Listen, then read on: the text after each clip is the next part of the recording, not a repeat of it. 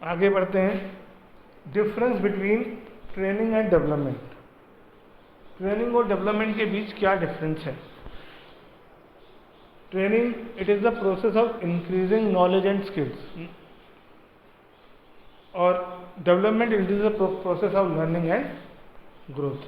जो ट्रेनिंग है वो आपके स्किल्स को इंक्रीज करने का, इम्प्रूव करने का एक प्रोसेस है, और डेवलपमेंट जो है आपकी लर्निंग, आपकी ग्रोथ का एक प्रोसेस है। ट्रेनिंग जो है हमारे काम को बेहतर करने में हेल्प करती है, और डेवलपमेंट जो है मेरे सही तरीके से जीने में, लाइफ जीने में या पूरे एंटरप्राइज को आगे बढ़ाने में हेल्प करता है। Training is a job oriented process. वो जॉब के लिए किया जाता है। मुझे ट्रेनिंग दी जा रही है ताकि मैं आपको अच्छे तरीके से पढ़ा सकूं। स्मार्ट बोर्ड को चलाने की ट्रेनिंग आप इसलिए दी जा रही है। लेकिन डेवलपमेंट का मतलब, development is a career oriented. Development अगर मेरा हो रहा है तो मैं प्रमोशन के लिए तैयार हो रहा हूँ। ट्रेनिंग देखा जाए मेरे हायर पोस्ट में मुझे पढ़ाना ही नहीं है, तो मुझे स्मार्ट क्लास की ट्रेनिंग लेके क्या करना है? तो ट्रेनिंग जो है वो मेरी जॉब को इम्प्रूव करती है। It is a job oriented process. और डेवलपमेंट जो है वो कैरियर ओरिएंटेड प्रोसेस है।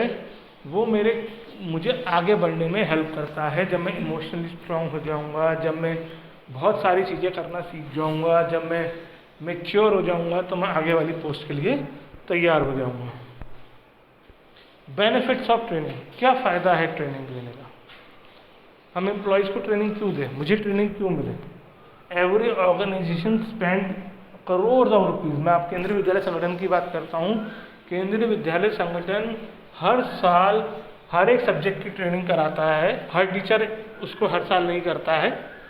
Every year around 90 commerce teacher, 90 physics teacher, 90 chemistry teacher, ऐसे तरीके से सब हर साल ट्रेनिंग करते हैं।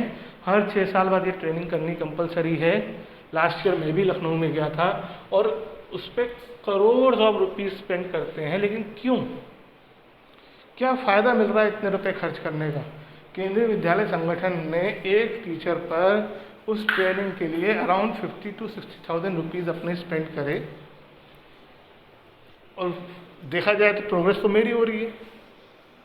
तो फ़ायदा किसको हो रहा है? मुझे या ऑर्गेनाइजेशन को? Why the amount is spend by the organisation. इस बेनिफिट को 2 कैटेगरी में डिवाइड किया गया है। ट्रेनिंग का फ़ायदा ऑर्गेनाइजेशन को भी होता है और ट्रेनिंग का फ़ायदा एम्प्लॉय को भी होता है। तो पहले हम डिस्कस करेंगे कि इतना करोड़ों रुपए क्यों खर्च करता है ऑर्गेनाइजेशन, यानी ऑर्गेनाइजेशन को क्या फ़ायदा ट्रेनिंग का। Benefits to the organisation. पहला फ़ायदा है रिड्यूस्ड लर्निंग टाइम। जो ट्रेंड पर्सन होता है वो जल्दी काम सीखता है।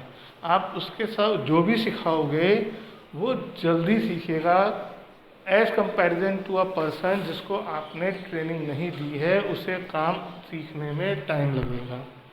दूसरा, better performance. Trained employ will give better performance. इसका मतलब आपका प्रोडक्शन भी ज़्यादा होगा, वेस्टेज कम होगी, यानी एफिशिएंटली और इफेक्टिवली काम होगा। Attitude formation. जो ट्रेंड एम्प्लॉय होता है उनका काम की तरफ पॉजिटिव एटीट्यूड होता है। वो काम को जानते हैं, इस वजह से उनका काम की तरफ पॉजिटिव एटीट्यूड होता है। आप सिंपल सी बात देखो आप अपना ही एग्जांपल ले लो। जो लोग रेगुलरली नहीं पढ़ रहे हैं तो उनको क्वेश्चन करना आता ही नहीं है। जब उनको कोई टॉपिक नहीं आता है तो होमवर्क करने से बचते हैं। अगर उनको कोई काम दिया जाए, उनसे कोई सवाल पूछा जाए, मैं फ़ोन करूँगा तो वो बचेंगे, जवाब नहीं देंगे। तो ऐसा क्यों? क्योंकि वो प्रॉपरली उस काम में ट्रेन नहीं है। जो लोग पढ़ रहे हैं वो एग्ज़ाम से नहीं डर रहे हैं, लेकिन जो लोग नहीं पढ़ रहे हैं उनको एग्ज़ाम से कहीं ना कहीं डर रहेगा। उनका एटीट्यूड पढ़ाई के लिए पॉजिटिव नहीं रहेगा। Helps in solving operational problem.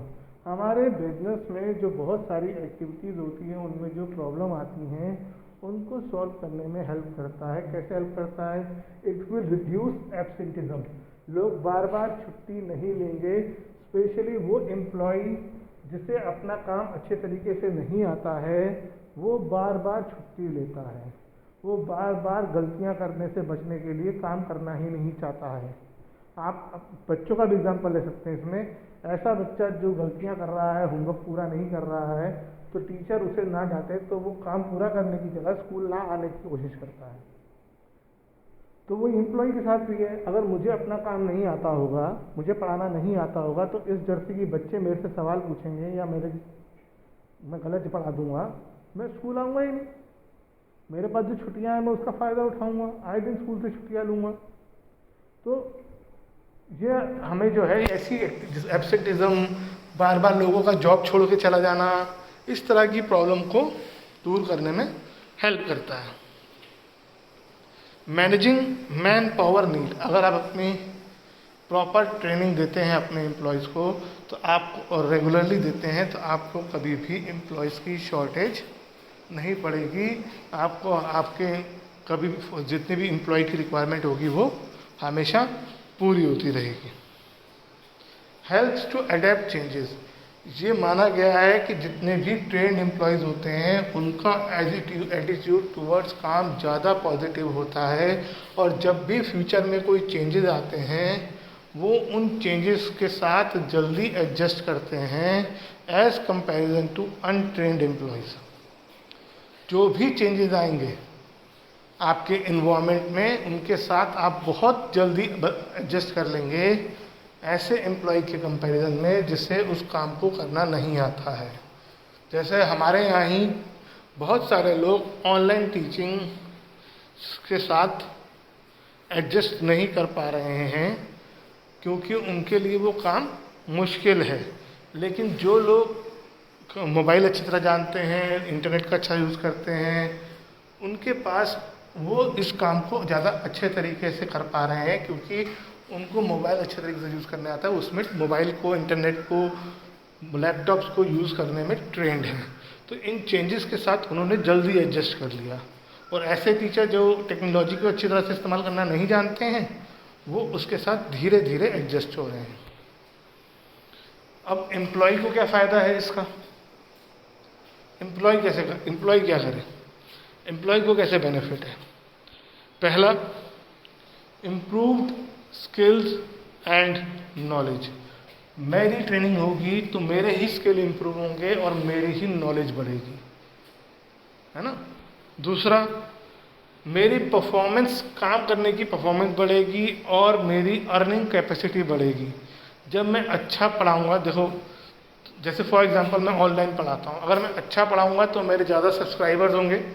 ज़्यादा सब्सक्राइबर्स होंगे तो आपको पता है कि ज़्यादा सब्सक्राइबर होते हैं तो यूट्यूब से कमाई भी होती है, तो यूट्यूब से अर्निंग भी होगी। वही यहाँ पर भी है, आप जितनी अच्छी परफॉर्मेंस देंगे आपकी उतनी अर्निंग कैपेसिटी बढ़ेगी। आप जितना अच्छा काम करेंगे, आप अपने ऑर्गेनाइजेशन से कह सकते हैं कि मेरी सैलरी ज़्यादा बढ़ाओ। जो ज़्यादा एफिशिएंट होता है, स्पेशली प्राइवेट सेक्टर में ऐसा होता है, गवर्नमेंट सेक्टर में ऐसा नहीं हो पाता है, कि जो जितना ज़्यादा एफिशिएंट होता है प्राइवेट सेक्टर में, उसकी सैलरी उसे ज़्यादा मिलती है। तो अगर आप अपनी परफॉर्मेंस को इम्प्रूव कर दोगे, बढ़ा दोगे, तो आप कमा भी ज़्यादा पाओगे। Training makes employees more efficient. मैं ट्रेनिंग करूँगा तो मैं ज़्यादा एफिशिएंट हो जाऊँगा काम में, मैं गलतियाँ कम करूँगा।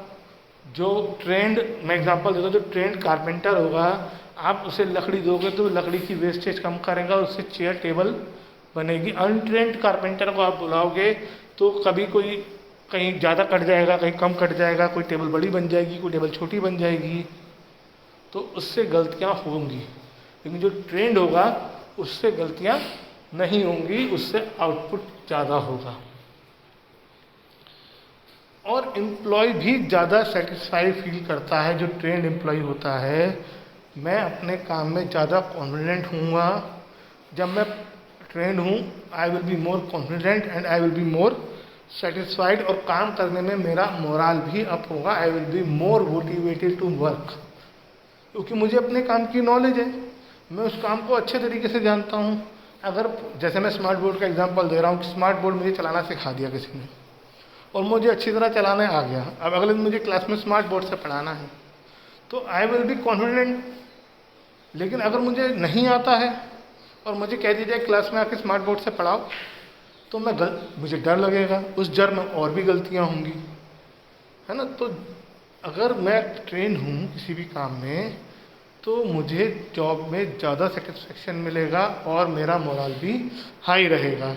इसमें एक पॉइंट नहीं है एनसीईआरटी में कहो या तो मैं एक पॉइंट और भी इसमें ऐड कर सकते हो कि इससे एक और फ़ायदा होता है ट्रेनिंग से कि आप एक्सीडेंट्स अवॉइड कर पाते हो। मशीन्स इक्विपमेंट्स को आप सही तरीके से इस्तेमाल करोगे तो मशीन इक्विपमेंट्स के साथ आपका एक्सीडेंट नहीं होगा। और ये फ़ायदा कहीं ना कहीं ऑर्गेनाइजेशन का भी होता है कि उनके जो मशीन्स और इक्विपमेंट्स होते हैं वो सही तरीके से इस्तेमाल हो पाते हैं। वो ऑपरेशनल प्रॉब्लम्स वाले में प्रॉब्लम आ गया पॉइंट कि मशीन्स इक्विपमेंट्स का सही तरीके से इस्तेमाल हो जाता है, तो इस वजह से उस पर ज़्यादा खर्च नहीं होता है। नहीं तो अगर अनट्रेंड एम्प्लॉय से आप काम कराओगे तो एक्सीडेंट्स होंगे जिससे एम्प्लॉय को भी चोट लगने का खतरा है, उसके अलावा मशीन्स का भी ख़राब होने का खतरा रहता है।